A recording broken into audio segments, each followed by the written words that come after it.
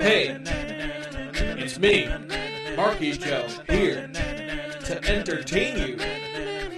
Yes, it is my show. It exists. I don't know what I'm gonna do with it. Yeah. The date is November 28th, 2016. The Castlevania 2 playthrough that I did with my mom is still in the process of uploading. I figure I should take this time to get some more Fire Emblem 3 parts done, so that I have a bit of a buffer when the Castlevania 2 parts run out. Anyway, click! Chapter 12, Dragon Graveyard. This is a really fucked up chapter in terms of plot, because a lot of really horrible truth bombs get dealt out by our good old buddy Zane. So yeah, last chapter Zane joined us and was like, yeah dude, I'll show you the way to meet Gato. And because Gato is a fucking cunt, he made us walk over like a million fucking mountains, and now we have to pass through a volcanic environment just to meet him. And what's worse is that this isn't even the end of all this bullshit. After this, we're gonna be coming across like an icy graveyard and shit. We have to go through every fucking weather just to meet up with our buddy Gato. What a fucking douche. But anyway, this chapter, we're in a volcanic environment, and I believe this is the first time where I have officially met the fire dragons in Book 2. I don't think before this point you meet any fire dragons unless you make that one dragon spawn in that one chapter, like where you meet Navarre or whatever the fuck. But yeah, this is the game's proper introduction of fire dragons if you didn't play Book 1. And Zane is like, yeah, so there's a reason why there's so many dragons here. This is where fire dragons go to die. This place is called the Flame Barrel. And Mart's like, what the fuck? So they die here? And Zane's like, yeah, dude. Dragons have been degenerating for a long time. Like, tens of thousands of years ago, they were this, like, evolved, wise race, much more advanced than humans. But after a long time, the dragons just started to degenerate and go crazy. And the elders were saying, like, yeah, dudes, us dragons, we're running out. Our time's running out. So either you gotta transform into humans and give up your identity as dragons, or you can keep your pride as dragons, remain as dragons, and go crazy and lose your sense of self. Now, that's really fucked up. Like, think about that for a second. Imagine for a second that all the scientists in the world were like, yeah, so if you don't turn into kittens, you're all gonna turn into psychopathic killers, and you're not gonna be yourselves anymore. Like, think about that for a second. Like, firstly, think about how crazy that sounds, that you have to now assume this other form.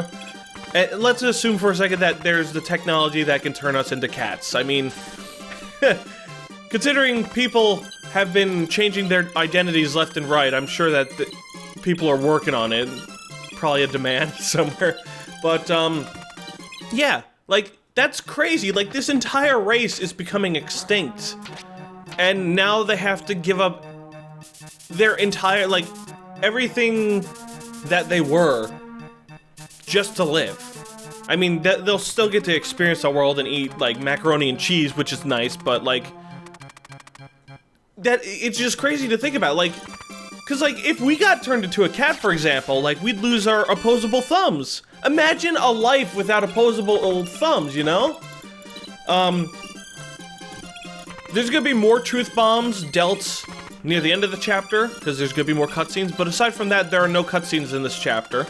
This is also the chapter where we get our last star shard, the Pisces one, which is basically in the top right chest, on the fucking bridge, which I think is a really nice, like, cinematic spot to put it.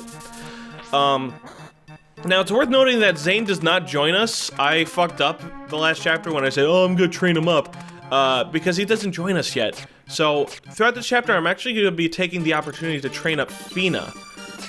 Because I guess the theme of this playthrough is that I'm going to be training up highly impractical units. Which is something I'm okay with, because this game is pretty easy. And it gives you plenty of opportunity to, like, take shitty unit number 57 and just turn them into something of worth, you know? As you can see, the dragon killers are super strong, against dragons, but it's also because flying dragons don't have, like, super great defense. But that's kind of why I bought so many, because these next few chapters are almost entirely, like, either dragons or these bandit dudes. So it's imperative that you get some. I want to talk about these bandits for a second, because every bandit in this chapter, I think, has a devil axe, which I think this is the first time the devil axe is introduced in this series. It's weird because the first few games have the devil sword but not the devil axe, and ever since then, like, the devil sword has become sort of an anomaly between games. They all do 30 damage. Now, Fina can't actually survive a single hit from these guys because her HP is, like, way low, and she also doesn't have the defenses. And you'll see that even after I've trained her up throughout this entire chapter, she still doesn't have the HP and defense to survive a single hit from these guys. That's how hard they hit. Now, the upside is that because they are wielding devil axes, they are slow as shit. So you pretty much have no worries of, like, getting doubled by them or, like, not being able to double them back, because they just can't. Now, the dragons themselves are a pretty big issue because they have 1-2 range and they pierce through your defenses and resistance. It is people have told me that it is a good idea to bring Bantu into these chapters. I think I mentioned this before, but dragons, for some reason, like, they go through human defense, but if you use another dragon against them, defense and resistance are reapplied to their damage formula. One of the big things about this chapter is that there are forts at the very start that constantly spawn enemies, and this is actually a good way to grind. I'm gonna be using that mostly for grinding up good old Fina. Oh, giggity. Oh, damn. If she were older, I'd totally do it. But, anyway. I'm so immature. But yeah, basically, it's almost like the gimmick of this chapter is that you're getting attacked from behind and up front, but not so much up front anymore because we already wiped out the enemies. If you progress fast enough, then you only need to worry about the back. But if you progress slowly, then you will face, like, a pincer attack from dragons up front, and the brigands up front, and the ones from behind you. These reinforcements last for, like, a million goddamn turns. I really don't understand the formula for FE3's reinforcements, because it never seems to be fully consistent. I also played this chapter when I was playing FE12, which is a remake of this game. This chapter on hard mode is fucking bullshit. Because, as I've stated before, FE12 kind of takes FE3 and makes it stupid. Because, one, the star shards don't allow you to modify growth rates, which to some people, like, the way star shards work in FE12 is actually better, and I can see why, because you get a raw base stat bonus, which is more consistent and reliable than growth rates. But, you know, you can't train up the less practical units anymore. But anyway,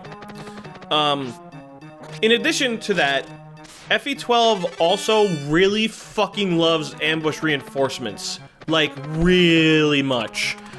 The forts that you see at the end of the stairway, for example, I believe in FE12, they spawn fire dragons and I think even flying dragons.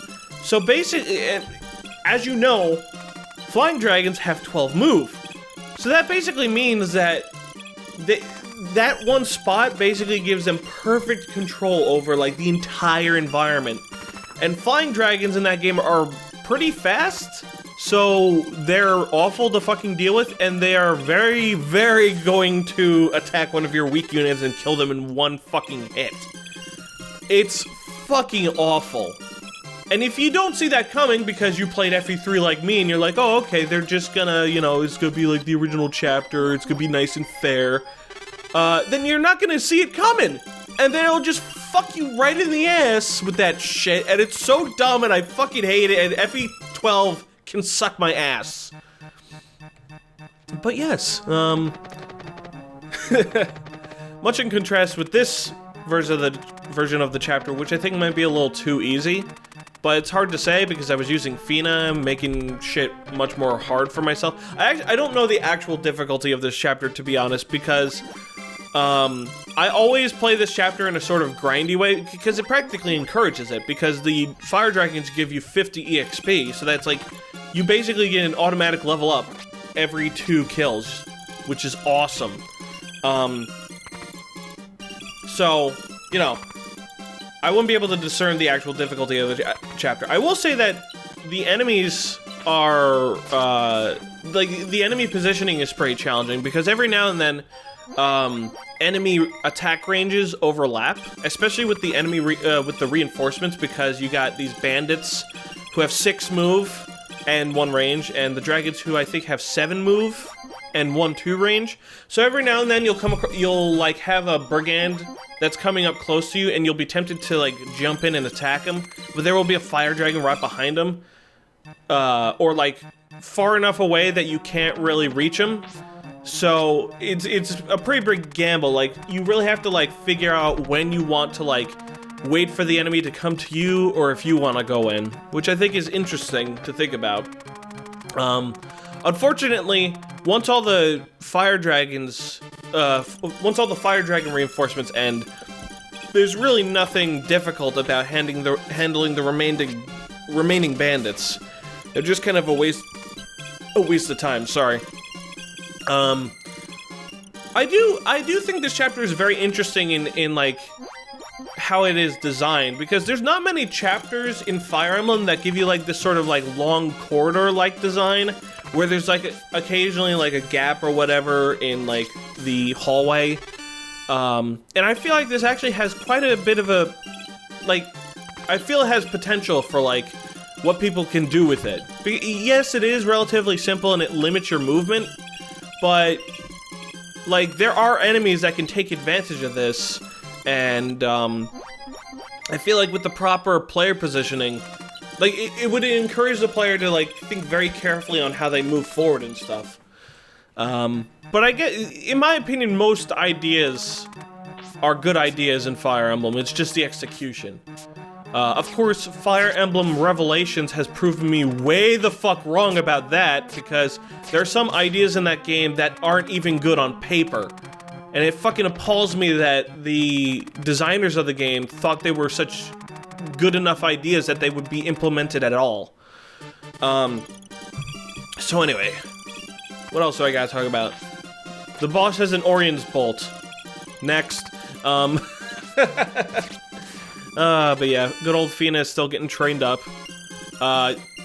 It's worth noting that even though I have, like, one of the star shards that increases her defense growth drastically, by the end of this chapter, she only has, like, what, 9 defense? She really didn't get a whole lot.